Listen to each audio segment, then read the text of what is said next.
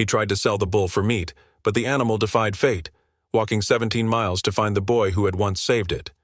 What happens next will leave you speechless. The trailer clanged shut with a sharp metallic rattle, and Joel Mallory's fists clenched as the sound echoed across the dry, cracked yard. He stood barefoot on the edge of the driveway, dust curling around his toes, watching helplessly as two men in oil-stained jackets secured the last latch. Inside the trailer, the brindle bull stood motionless. Merrow didn't buck, didn't thrash, didn't roar like other bulls might. He just stared out through the slats, his wide amber eyes fixed on the boy who had raised him from a calf. "It's just a routine checkup, Joel," Reeve Mallory said flatly, not meeting his son's eyes. He rubbed the back of his neck, his weathered face rigid. His voice was calm, but hollow. Joel didn't answer. He knew better. The sudden rush to prepare Merrow, the clean halter, the fact that Reeve had borrowed a trailer from the Turner brothers, all signs pointed to one truth. Merrow wasn't coming back. The driver, a stout man with a crooked jaw and hawthorn meats stitched across his cap, gave Reeve a curt nod. "We'll have the paperwork mailed. You'll get the deposit this afternoon."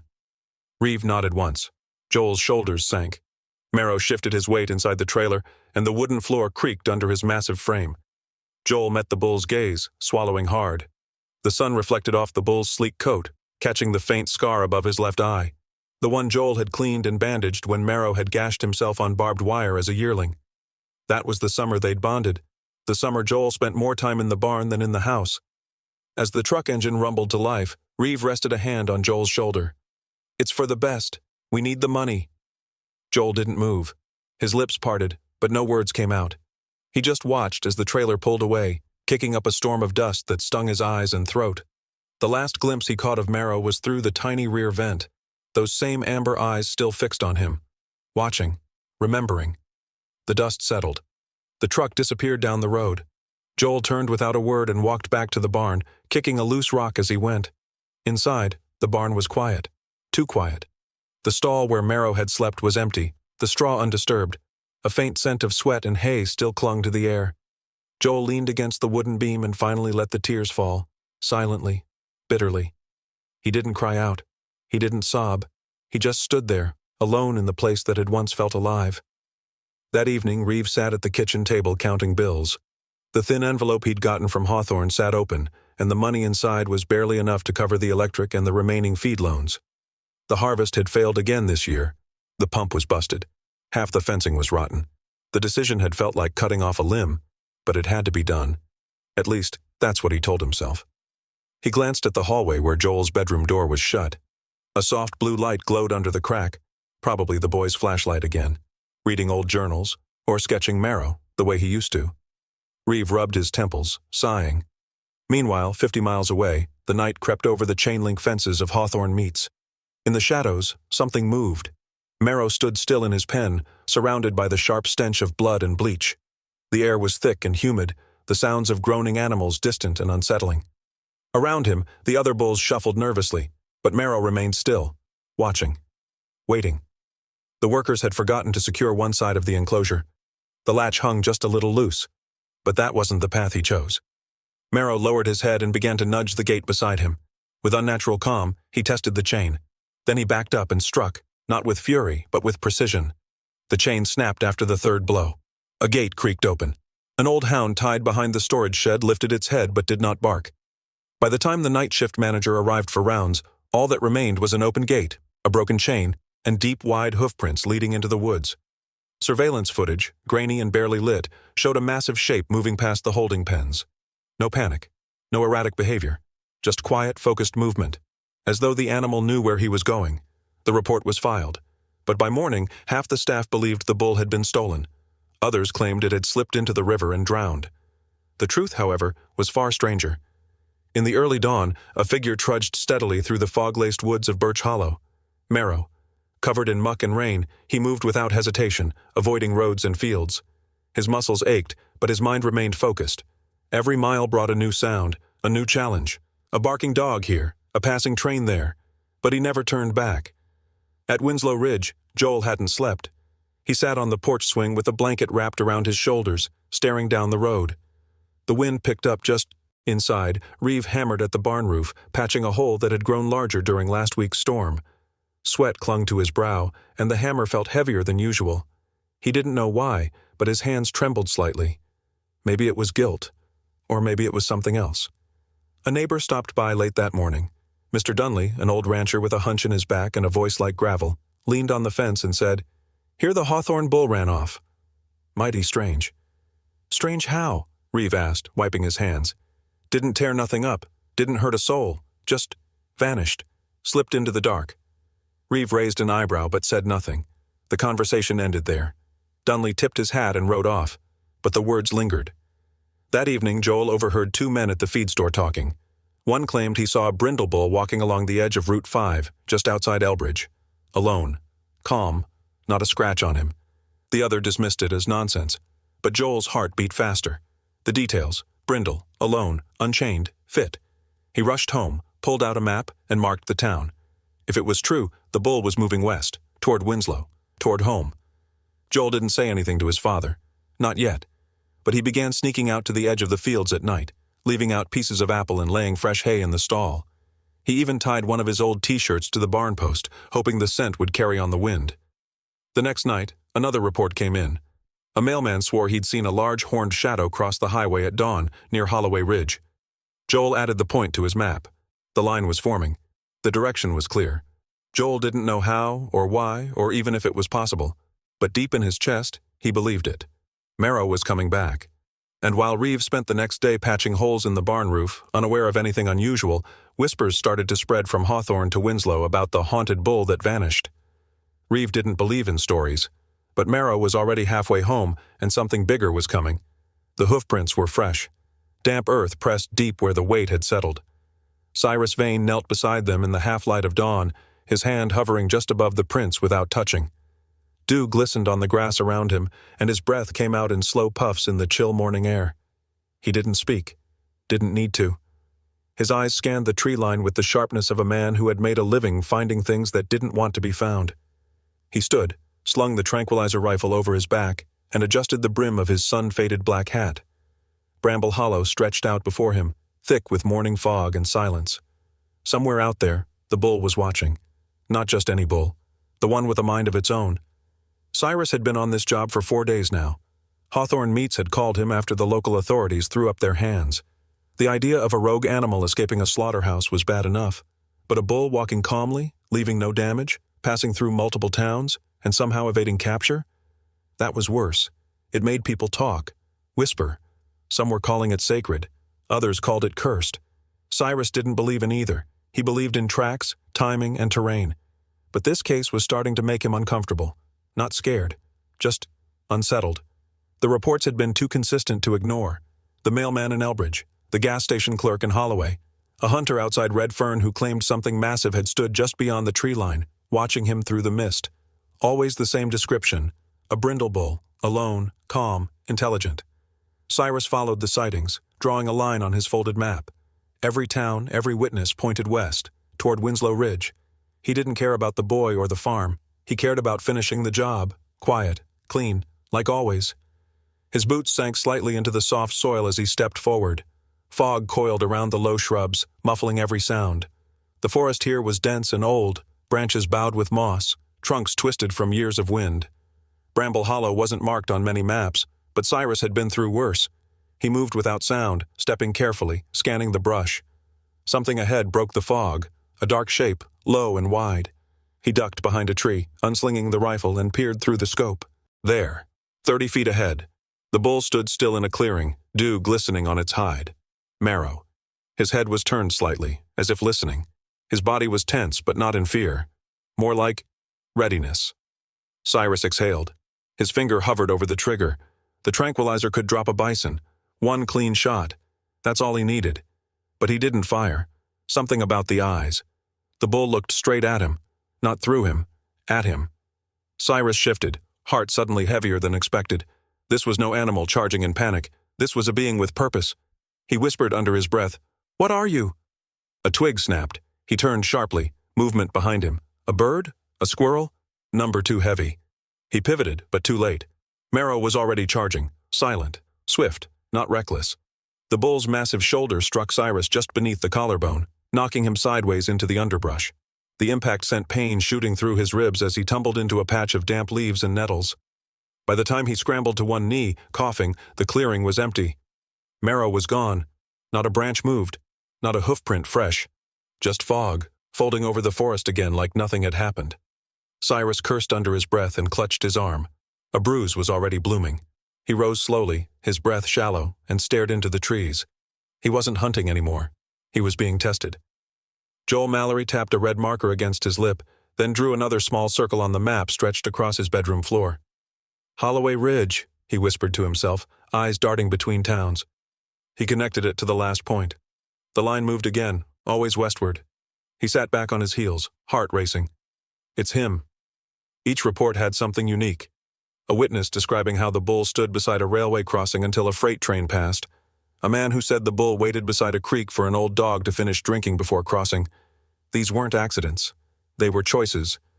Joel tried again to tell his father. "Dad, the sightings are real. He's coming back." Reeve barely looked up from the toolbox. "Son, that bull's gone. You need to let it go." "But look," Joel held out the map. "It's like he's following a trail, a straight line. This is where we found him when he was a calf. Maybe he remembers. Maybe he knows the way." Reeve shook his head, tired. "You're dreaming, Joel. It's not healthy." Joel dropped the map and stormed outside. That night he left the barn doors wide open, laid down fresh straw, set out a bucket of clean water. And this time, he didn't just tie his old shirt to the fence post. He waited. Outside, a chill settled over the field. Crickets chirped. The stars blinked silently above. Joel sat against the barn wall, flashlight off, knees tucked to his chest. Every sound made him sit up. Every gust of wind carried hope and fear. But nothing came. Yet Cyrus sat at a bar in a dusty roadside tavern outside Millstone. His shoulder throbbed. The barkeep gave him a sideways look. "Fall off a horse?" Cyrus didn't answer. He sipped his coffee slowly. At the far end of the bar, two men were laughing over a newspaper headline. "Ghost Bull returns?"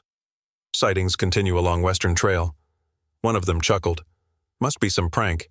Nobody sees the same bull in 3 towns unless it's flying." Cyrus narrowed his eyes. He reached into his coat and pulled out the photos he'd taken at the sites. Broken branches laid in patterns, scratched bark. One spot where paw prints of a coyote curved away from a set of hoofprints. Not chasing, retreating. Animals avoided the bull, or obeyed it. That was new.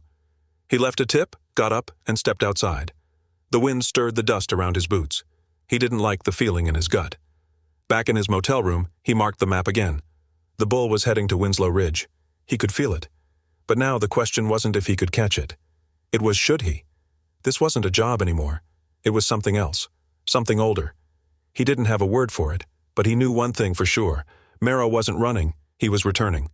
And when he finally caught up to Marrow one foggy morning in Bramble Hollow, he froze. The bull stood just 30 feet away, staring calmly at him with eyes that looked almost human. Cyrus raised his tranquilizer gun, but couldn't fire. Something about the way Marrow didn't flinch, didn't bolt, unnerved him. Then, from behind a tree, a snapping twig. Cyrus turned, but too late. Marrow charged. Not wild, not furious, but precise. He clipped the man's shoulder and sent him tumbling. By the time Cyrus scrambled to his feet, the bull was gone again. And the tracker, bruised and rattled, realized he was no longer hunting. He was being tested. Boys from school had started lurking near the woods by the old train tracks, staring into the trees like they expected something to step out of the mist. That morning, Will Ferris claimed he saw something, massive and still, watching from behind the tree line near the Miller farm. "Wasn't a deer," he swore, voice hushed over lunch. "Too big, and it didn't run. Just looked at me, like it was thinking." Joel didn't speak. He just opened his notebook and quietly added another red dot to the map he'd been building for weeks, right where Will pointed. The dots had started as guesses, fueled by whispers, unconfirmed sightings of a bull moving through towns with no trail of damage behind. But as the report spread, Joel's guesses became a pattern. The bull wasn't wandering. He was following something. Joel was certain of it. A gas station clerk in Holloway claimed the bull stood outside the store in the pouring rain, unmoving, for almost an hour, just staring through the glass.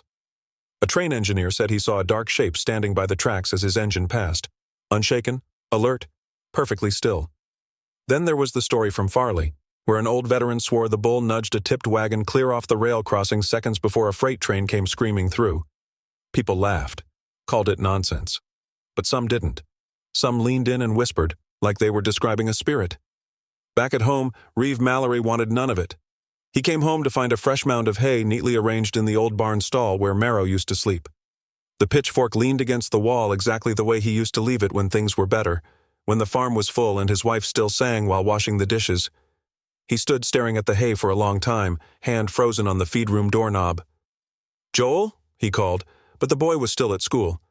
That night, Reeve sat on the porch with his grandfather's rifle across his lap. He didn't believe in ghost bulls or miracles, but he believed in instincts.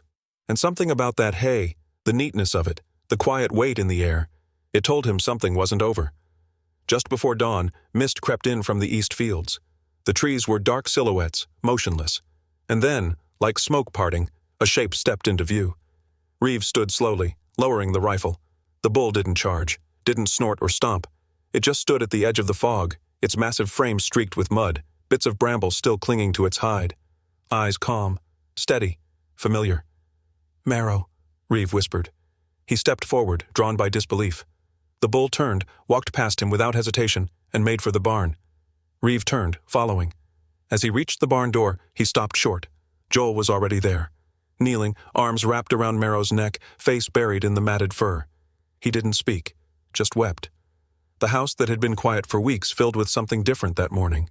Something warm. Joel smiled again. Even Reeve felt a flicker of hope. But peace doesn't last long when paper holds power. By the next sunrise, 2 black SUVs rolled down the gravel road like slow-moving thunder. They stopped in front of the barn. The men who stepped out wore suits that didn't fit the dust of Winslow Ridge. One of them, pale-skinned with slicked hair and unreadable eyes, introduced himself as Dre Heston. "Mr. Mallory," he said, his voice flat. "We're here for the bull." Reeve stepped onto the porch, hands tightening. "He's not going anywhere." Dre opened a folder, flicking through legal papers with mechanical ease. "The contract you signed. Sale of livestock to Hawthorne Meats. Still binding. Your animal escaped before processing. That makes it stolen property." Joel stepped out of the barn, hand on Marrow's side. "He's not property." Dre didn't even glance at the boy. "I'm not here to debate feelings. I'm here to collect company assets," Reeve argued. He raised his voice. "But contracts are louder than anger. Hawthorne had the paperwork. They had the law, and Reeve's signature." That night, Joel didn't speak a word.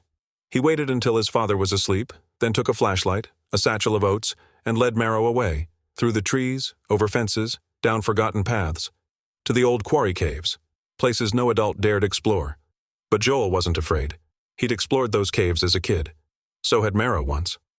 By morning, Reeve woke to an empty barn and a note. "Don't let them take him."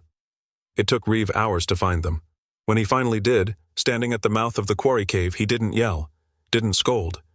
He stepped inside, crouched beside his son, and waited. Joel looked at him, eyes raw. "I know it sounds crazy," the boy said quietly, "but he's not like other bulls. He's choosing to be here, to come back. Doesn't that mean something?" Reeve looked at Marrow, who sat like a statue, calm and unmoving. "It does." And for the first time, Reeve listened. Not just heard, but listened. That evening he made phone calls to old neighbors, ranchers, friends he hadn't spoken to since the drought years. By the next morning, they were outside the Winslow courthouse, filing a formal motion, a challenge to the contract, claims of unethical treatment, abandonment, and something new, sentient behavior. The room buzzed with laughter at first. The judge nearly threw it out. But then Cyrus Vane walked in. His arm was still bruised, his steps cautious, but his voice was steady. "In 30 years, he told the court, "I've chased every kind of animal you can name. Some mean, some clever, some near impossible to catch. But I've never seen one choose to return. Not like this. That bull didn't run from danger. He walked toward something."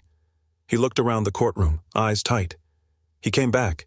That means something." The gavel struck wood with a dull finality, and the courtroom fell into silence. Reeve's breath caught in his throat. Joel sat beside him, small hands clenched in his lap. Marrow's collar tag looped around his fingers like a lifeline. The judge's voice cut through the stillness. "In accordance with the livestock violation clauses outlined in Hawthorne Agricultural Holdings' own policy guidelines," the judge declared, eyes narrowing as he looked down over his glasses, "it is this court's ruling that the bull, designated as Marrow, is hereby forfeited due to gross negligence and delayed incident reporting by the plaintiffs. Custody is awarded to Mr. Reeve Denham on behalf of his minor son, Joel Denham." For a long moment, neither Reeve nor Joel moved.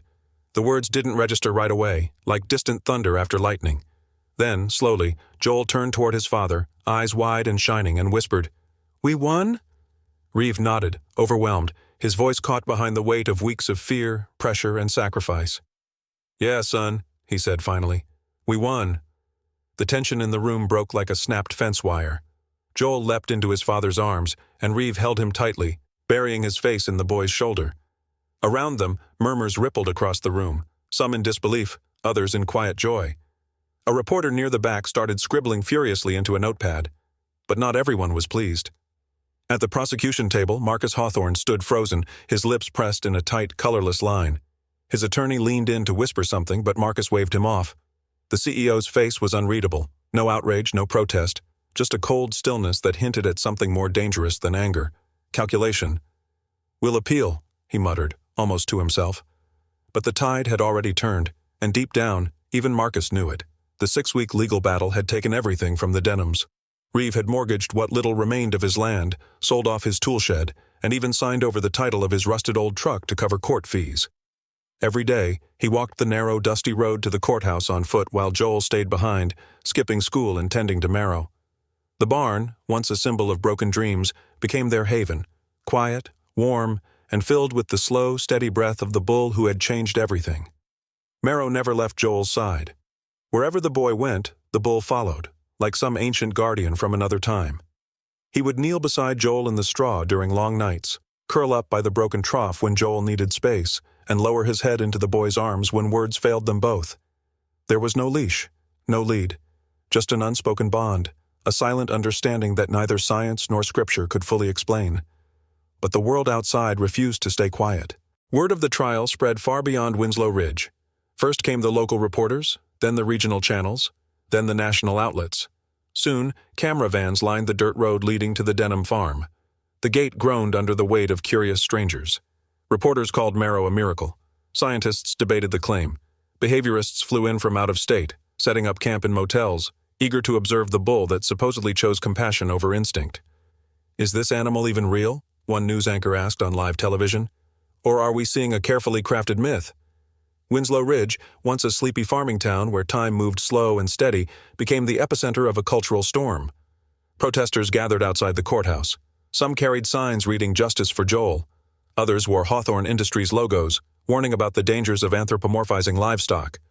What had started as a custody dispute became a battle between heart and profit, nature and nurture, commerce and conscience. Inside the courtroom, Reeve endured long, grueling days of testimony. Hawthorne's lawyers came prepared with graphs, reports, and expert witnesses. They argued Marrow was property, no more sentient than a tractor or a fence post. They showed footage of bulls in slaughterhouses, coldly explaining industry practices. They called Joel emotionally compromised, and even suggested the boy's trauma was being manipulated for public sympathy. Reeve listened, stone-faced, fists clenched beneath the table. He knew how close he was to losing everything. But every time doubt crept in, he would look across the room and find Joel staring back, calm and unflinching. The boy never cried. He never wavered. When asked to testify, Joel stood straight and spoke with quiet conviction. "He saved me," the boy had said, voice steady. "When I was on the ground, bleeding, he didn't run. He protected me. You tell me what kind of animal does that?" The courtroom had gone silent. By the 4th week, public sentiment had turned. Polls showed that support for Hawthorne Industries was dropping fast. Leaked documents revealed prior complaints about their handling of livestock incidents. Videos emerged, grainy, low quality, but damning. Former employees spoke out. Even some ranchers began to distance themselves. Still, Hawthorne pressed on. They had money, power, and pride. But they lacked the one thing the Denhams had in abundance: truth. The turning point came unexpectedly. Reeve's attorney, a wiry, sharp-eyed man named Calvin Pierce, discovered a buried clause in Hawthorne's own livestock policy manual. It stated that any animal who escaped due to fencing negligence and remained unreported for more than 24 hours would be considered voluntarily relinquished if found by a third party. Hawthorne had waited 36 hours before filing. The moment Calvin presented it in court, the temperature shifted. The judge's brow furrowed. The prosecution scrambled. No expert witness could explain it away. When the verdict finally came, it wasn't based on science or faith. It was written in black ink, in their own rules. Marrow was Joel's now. The aftermath unfolded like a tide rolling out. Hawthorne tried to appeal, but the damage was done. Consumers boycotted their products. Animal rights groups launched campaigns. Stock prices dipped. Within a year, They closed their slaughterhouse in the region quietly, without ceremony. Marcus Hawthorne disappeared from the public eye. As for Reeve, the fight left him exhausted but not broken. Donations poured in from strangers across the country. Letters, money, even a used truck from a retired farmer in Kansas. He rebuilt the barn with fresh timber and fixed the porch that had sagged for years. Men from town came out to help, some of whom had once doubted him. They didn't say much, just rolled up their sleeves and got to work. Joel returned to school eventually, though his name was now in textbooks and lesson plans.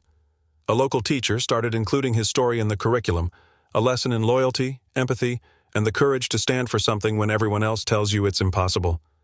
But Joel remained unchanged. Every evening, when the sun dipped low and the sky turned soft with orange and pink, he would walk out into the field barefoot, the grass cool beneath his feet. The wind would rustle the tall blades, carrying the familiar scent of hay and earth. He would call once, softly, "Marrow," and the bull would come. No rope, no leash, just trust. Together they would lie in the grass, boy and beast, heads tilted toward the stars. Marrow's breath was slow and steady. Joel would place a hand on his side, feeling the powerful thump of the creature's heart, and know that what they had couldn't be explained or owned, only shared. And every time Marrow laid down beside him in the grass, Joel would smile quietly and whisper, "I knew you'd come back." Disclaimer: the story you just watched is fictional. It explores the themes of loyalty, profound animal-human connections, and defying the odds. This narrative aims to highlight the extraordinary bonds that can form between a person and an animal, inspiring empathy and a deeper appreciation for the resilience of life.